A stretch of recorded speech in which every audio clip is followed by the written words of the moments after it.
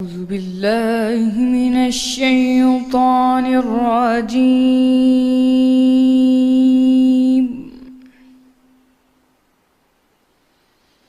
بسم الله الرحمن الرحيم.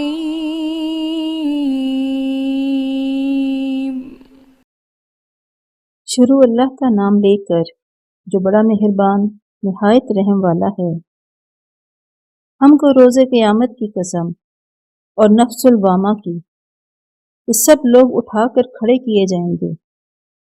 کیا انسان یہ خیال کرتا ہے کہ ہم اس کی بکھری ہڈیاں اکٹھی نہیں کریں گے؟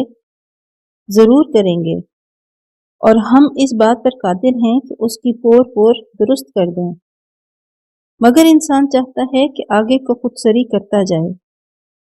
پوچھتا ہے کہ قیامت کا دن کب ہوگا، جب آنکھیں چندھیا جائیں اور چاند کہنا جائے اور سورج اور چاند جمع کر دیے جائیں۔ اس دن انسان کہے گا کہ اب کہاں بھاگ جاؤں؟ بے شک کہیں پناہ نہیں۔ اس روز پروردگار ہی کے پاس ٹھکانہ ہے۔ اس دن انسان کو جو عمل اس نے آگے بھیجے اور جو پیچھے چھوڑے ہوں گے سب بتا دیے جائیں گے، بلکہ انسان آپ اپنا گواہ ہے۔ اگرچہ عذر و معذرت کرتا رہے، اور اے محمد وحی کے پڑھنے کے لیے اپنی زبان نہ چلایا کرو کہ اس کو جلد یاد کر لو۔ اس کا جمع کرنا اور پڑھانا ہمارے ذمہ ہے۔ جب ہم وحی پڑھا کریں تو تم اس کو سنا کرو اور پھر اسی طرح پڑھا کرو، پھر اس کے معنی کا بیان بھی ہمارے ذمہ ہے۔ مگر لوگو، تم دنیا کو دوست رکھتے ہو اور آخرت کو ترک کیے دیتے ہو۔ اس روز بہت سے منہ رونق دار ہوں گے اور اپنے پروردگار کے محو دیدار ہوں گے، اور بہت سے منہ اس دن اداس ہوں گے، خیال کریں گے کہ ان پر مصیبت واقع ہونے کو ہے۔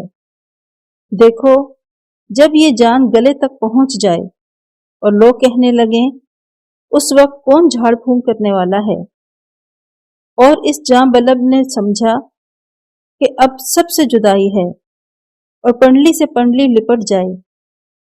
اس دن تم کو اپنے پروردگار کی طرف چلنا ہے، تو اس عاقبت نا اندیش نے نہ تو کلام اللہ کے احکام کی تصدیق کی، نہ نماز پڑھی، بلکہ جھٹلایا اور منہ پھیر لیا۔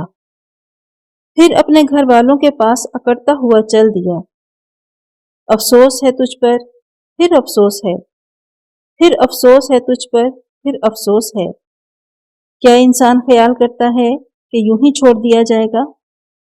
کیا وہ منی کا جو رحم میں ڈالی جاتی ہے ایک قطرہ نہ تھا، پھر لوتھڑا ہوا، پھر اللہ نے اس کو بنایا، پھر اس کے اعضاء کو درست کیا، پھر اس کی دو قسمیں بنائیں، ایک مرد اور ایک عورت۔